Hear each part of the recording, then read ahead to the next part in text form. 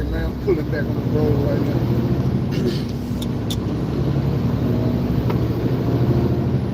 Trying to make sure that nobody run my cell phone.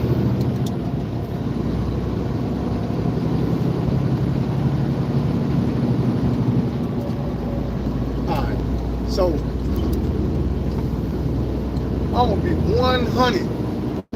I was just listening to my boy Feezy, man, and he was telling a story. And towards the end, it made me think of some stuff that had happened. And it was a neighborhood brawl.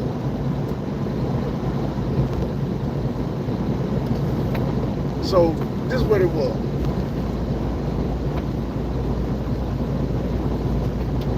What's up, my boy? So check this out. I was in junior high, going to Darby Middle School in Fort Smith. And in Fort Smith is different than like growing up in Little Rock, because you got the second biggest city in the state is segregated. And what I mean by that is, like, on the south side, you got, hell, I don't know, because we never really went on the south side. But I'm assuming, because that's what we assumed when we were young, that that's where most of the well-off and rich people stayed at. On the north side, you got gangs, you got broke folks, there's some middle-class folks too, but you got Asians, and they got their own little section of the north side. You got Mexicans, they got their own little section of the north side. It wasn't like that when I was growing up. There wasn't no real Mexicans, it was Asians. And when I say Asians, it's like Vietnamese, Filipinos, Laotian.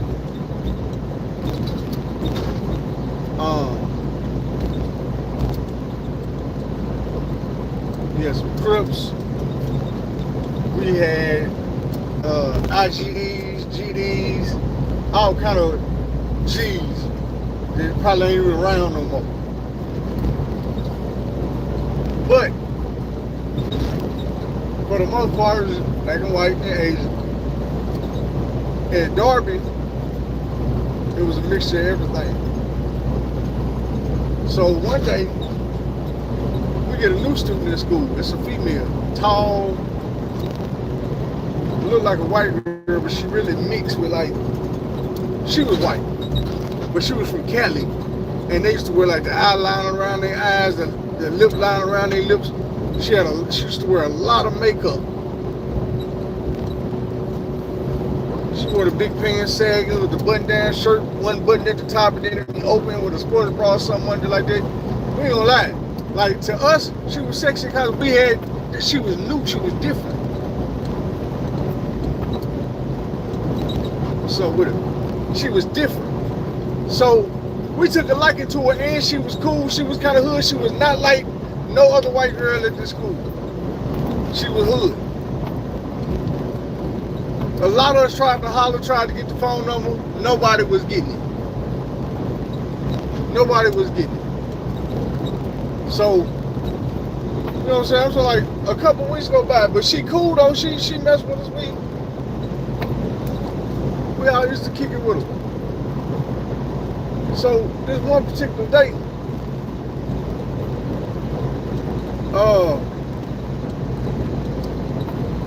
one of the guys we consider the big homie, man, my guy Willie Keywood, was chilling with us, man. It was him, my guy J-Rock. I can't even think of who else it was, but I'm going to assume, because we was deep. So I'm assuming Lil Dion was there. And you gotta realize all these dudes that I was hanging with were G's. Like, in Fort Smith, the only lokes was me, my sister. Well, it was more, but we didn't really hang with them. Because the neighborhood that we went to, the neighborhood we was in and the school that we went to was G's. So that's who I was with. Me and J-Rock got locked in day one. Like, as soon as we met, we got into it. But that was my guy from that day forward. I'm gonna tell y'all all those stories too. But Willie Keywood was older. He was in high school. And I don't even know how I got to hanging with dudes so tough, because for one, he was in high school. For two, he stayed way, way, way on the other side of the north. Like, if anybody in here from Fort Smith, but I never seen this nowhere but at Fort Smith. The whole north side, which is not small, is divided between two, not elementary, two middle schools, not even two high schools, two middle schools, Darby and Kimmins. Darby is on one side of the north, Kimmins on the other side. Like, the high schools, everybody from Darby and Kimmins go to north side, and then they got south side. And the two schools is right across, those two schools are right across the street from each other.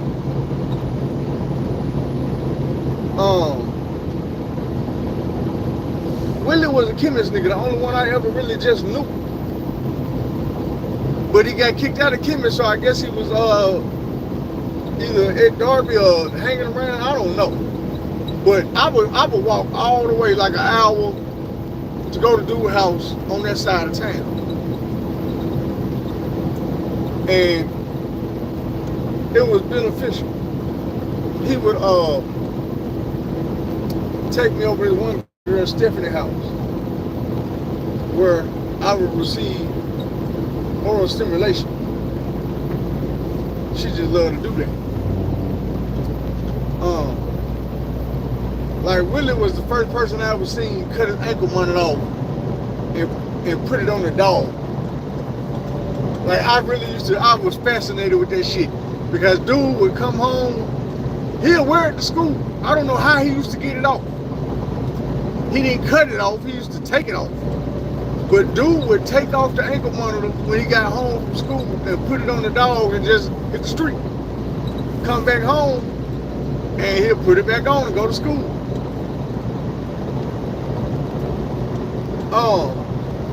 But this particular night, we all at my house. I had a big house. And we never really hung in the front yard, but this particular day, we was hanging all in the front yard. It's nighttime, it's dark outside. And we all just chilling. Like I say, it had to be me, J-Rock, Lil Dion, it was Willie Keywood, some more folks. But we all just out in the front chilling, like in front of the house, posted up. And my yard was fenced in. I had a fence to go around the front, down to the middle of the side of the house. And then there was another fence that connected to that and went down to the backyard. You know what I'm saying? So, as we all out here chilling, smoking, probably sipping a little something, just being juvenile delinquents, we're some arguing coming down the street. And it's a dude, and he cussing this girl out. She ain't really saying too much back, but he just cussing out. She tall, he a little shorter, kind of stocky. As they get closer to us, we realize this old girl from school that came to school from the West Coast. And this dude is a little older than her. You know, that ain't her boyfriend. We think, okay, it gotta be her dad. But he talking bad to her, cussing out. And like I say, we all kind of had a thing for the girl. So we all looking like, man, what the hell he got going on? My dude tripping. They get down the street, it's a gas station on the next corner, which is only like a half a block. I'm on one corner, and then you go down to like the main street, and it's a gas station called Northside Convenience. Or at least that's what we used to call it. And I don't know if that's where they was going, but that's where they made it to. And he's just really out here cussing her ass out. So it gets to the point where he didn't went beyond cussing out. He done grabbed her and smacked the shit out of her. You feel me? And once that happened, it's like Voltron. We all looked at each other and headed that way. We kind of skipped, you know how when you be excited, we kind of skipping a little bit, half run, jogging down here. Like I say, it's only like 4 houses down here to the store. We catch dude in the parking lot, and we kind of surrounded him like, man, what's wrong with you putting your hands on her like that? He like, mind y'all business. It's my daughter. I do what I want to do. And she looking at us like, y'all please don't do it, please. And I don't know if it's like, man, he gonna whoop y'all ass, or I'm riding through a tunnel right now, so if it cut out, you know what's going on. I see the end, so we should be good. But she was looking at us trying to give us an eye, like shaking her head, like don't do that, don't do that.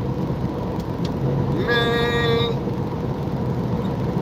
we all rogues. We all know how got some hands and know how to fight, so ain't nobody worried about this. We fit to serve, buddy. That's what we thinking. This man dropped down into a karate stance, and we like, man, nigga, you fake as hell. You don't know no damn karate. Right around this time, this man reached behind his back and pulled out the nunchucks. He got some wood nunchucks. And he get to spinning them chucks, man, all behind the back, between the legs, hit the shoulder, back around, hit the waist, come back through.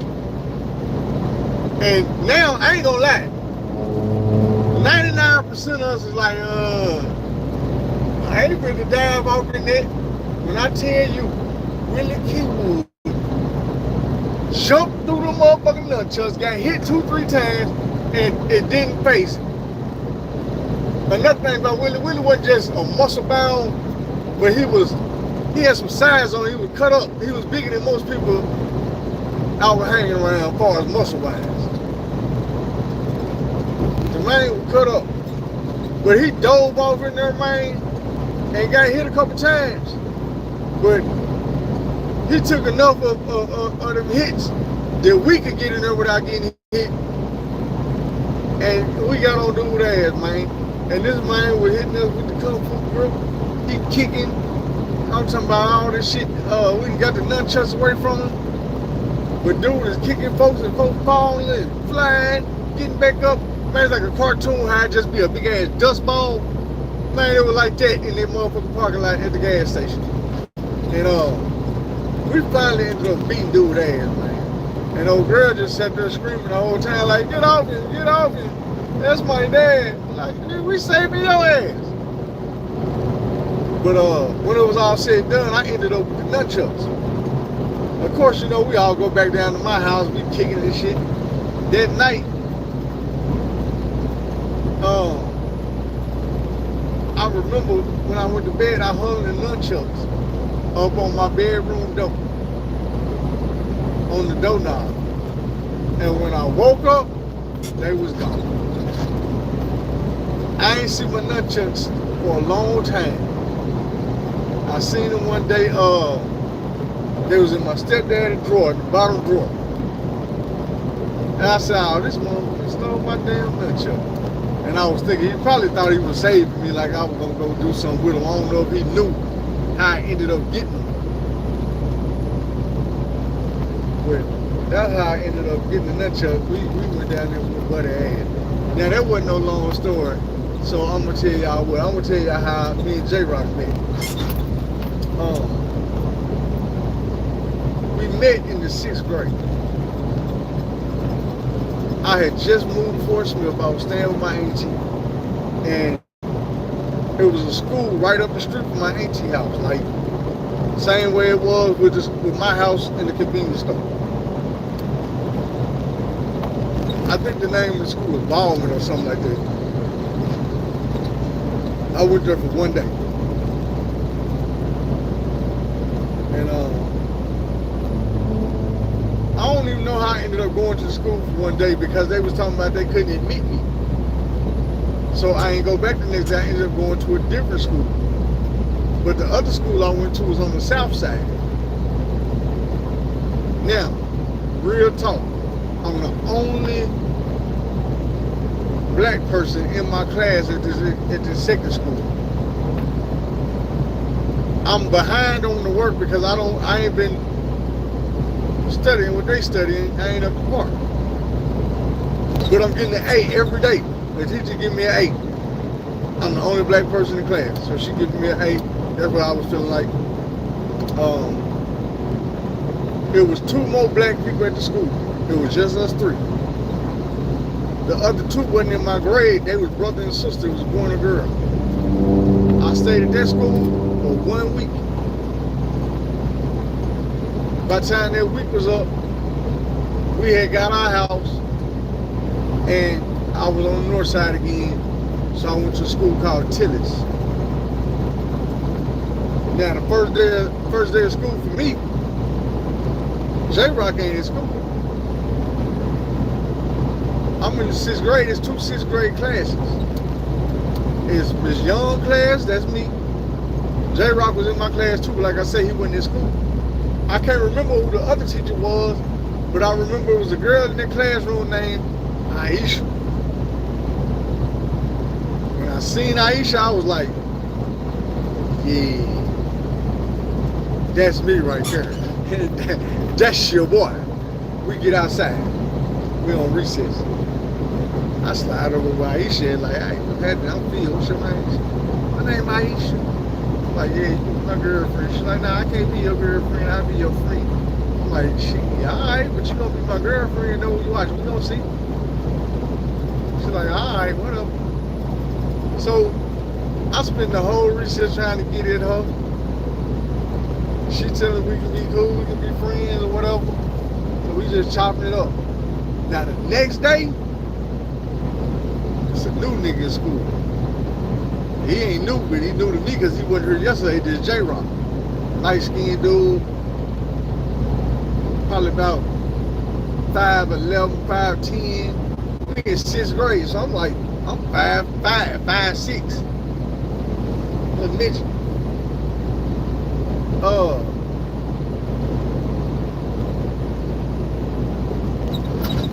Me and dude, like we get cool at first, like the first half of school, like what's up, bro? Yeah, I'm feeling like I'm J-Rock, man. This is my school. I run shit around here. I'm like, oh yeah, this was your school?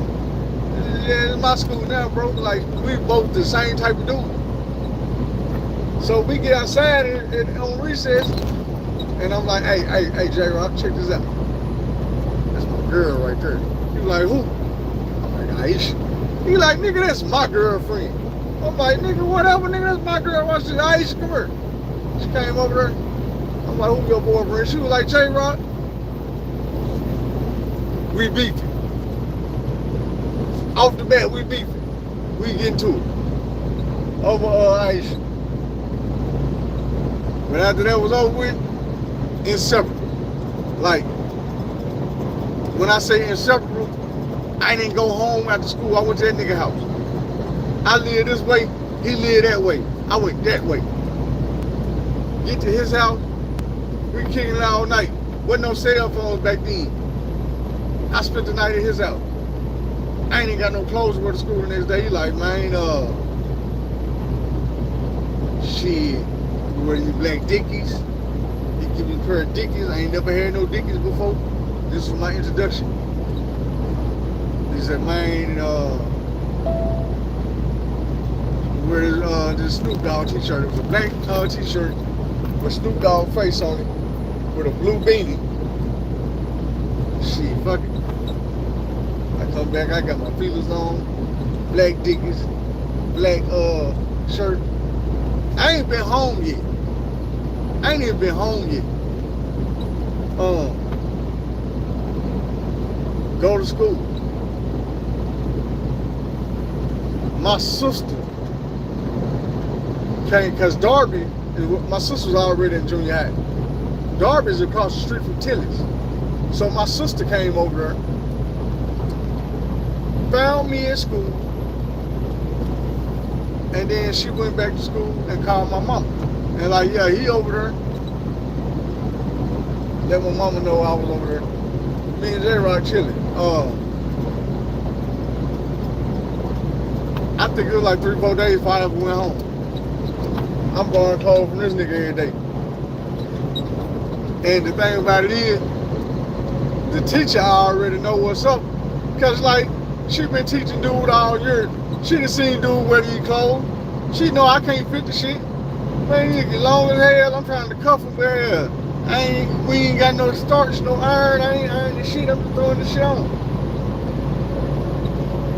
But that was my dude, man. Hey, boom, boom. I wish I could remember all the missions we went on. Fort Smith was a different type of place. Like, they didn't have no radio station to play rap music, so it inadvertently created a culture in the city. When you don't have radio stations where people can listen to rap music, you know what they do? They don't listen to the music that everybody else listens to. They listen to what they feel. So we grew up bumping a lot of West Coast street shit. And I ain't talking about like NWA and Ice Cube. I'm talking about like South Central Cartel.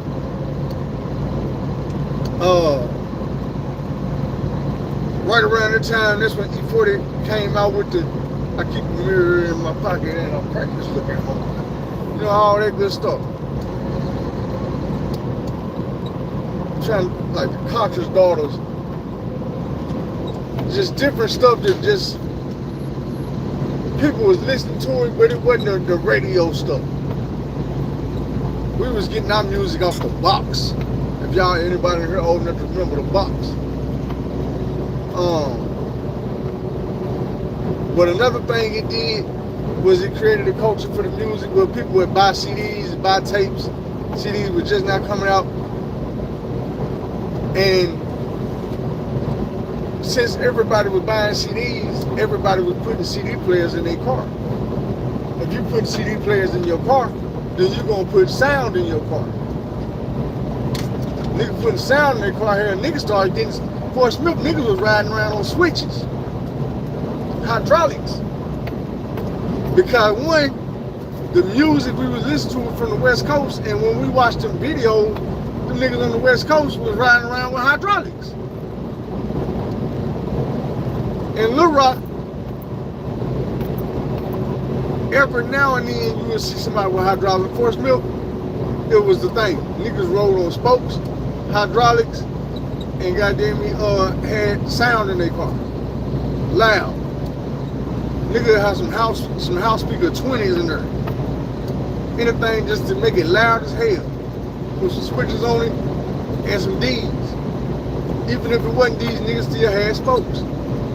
And D's be on Honda Accords or whatever you were driving.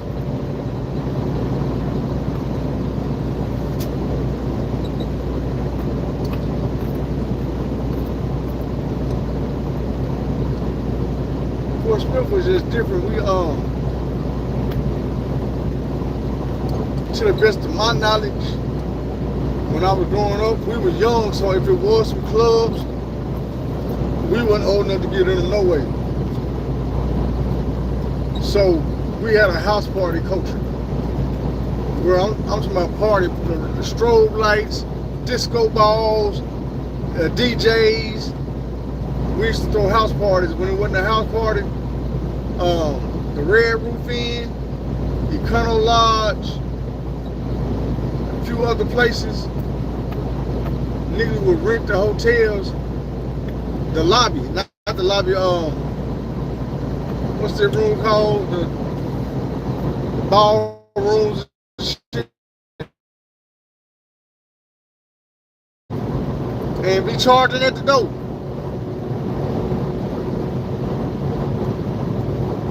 Niggas be throwing house party charging 50 cents, $1, $2 to get in. And I'm talking about was deep.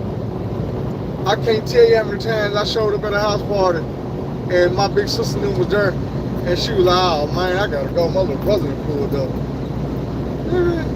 I'm one of the coolest people in the city for my age group. When you thought I wasn't gonna be here, me and my clique, we all over the place.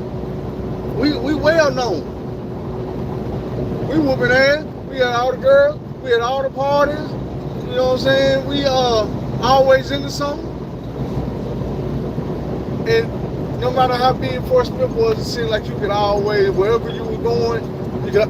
And I didn't really know this when I was young. We on the north side. We rarely went to the south side, and if we did, it was just like to the mall or something. The south side of Fort Smith is 3 times bigger than the north side. And we used to be all over the north side. The only part we went down there too, because we had a couple homies down there, Juju and them. My homeboy Juju, if y'all heard me tell my prison stories, and I talk about my gay homeboy that got turned down in prison, Santonio. Santonio is Juju big brother. They stayed down like on 6th Street somewhere. That's where all the Asians stayed. Once you get to like 9th Street on down, that's where all the Asians stayed in. But not all of them, most of them. That's like where all their businesses was.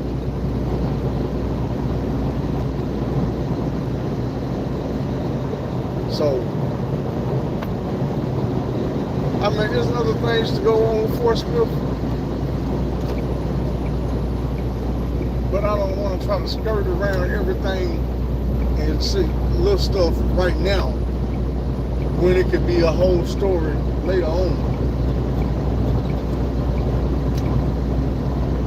Because you know I'm going to end up telling the story of Santonio and the talent show that night, shit, how we ended up and how he ended up going to prison. That way when I tell the story about what happened in prison, it all makes sense.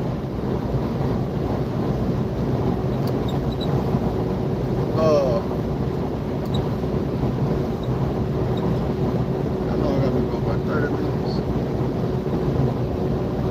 Since y'all long, I'm trying to think that I want to, because I supposed to been gave y'all this story about Big Yard and them. I ain't gonna tell it on this episode, but I'm trying to see if I want to restart this and tell about them 2 fights. I think I need to do it now or come back tomorrow.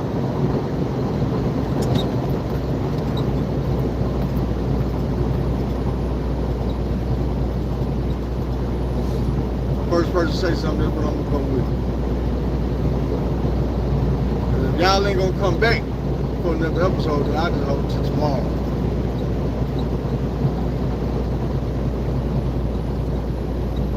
And if don't nobody heard me say something, then I'm gonna just do it tomorrow.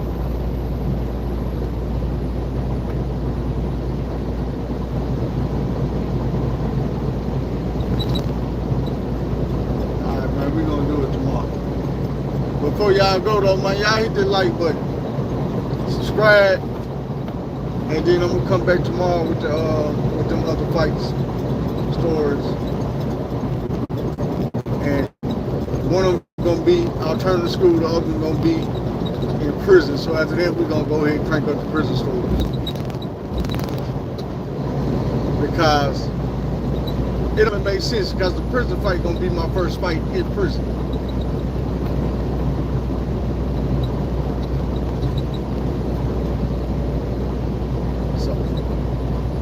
Crank that up tomorrow, man. Then we're gonna start rolling. Give you a little information, man. Check this out. Yesterday is history. Tomorrow is a mystery.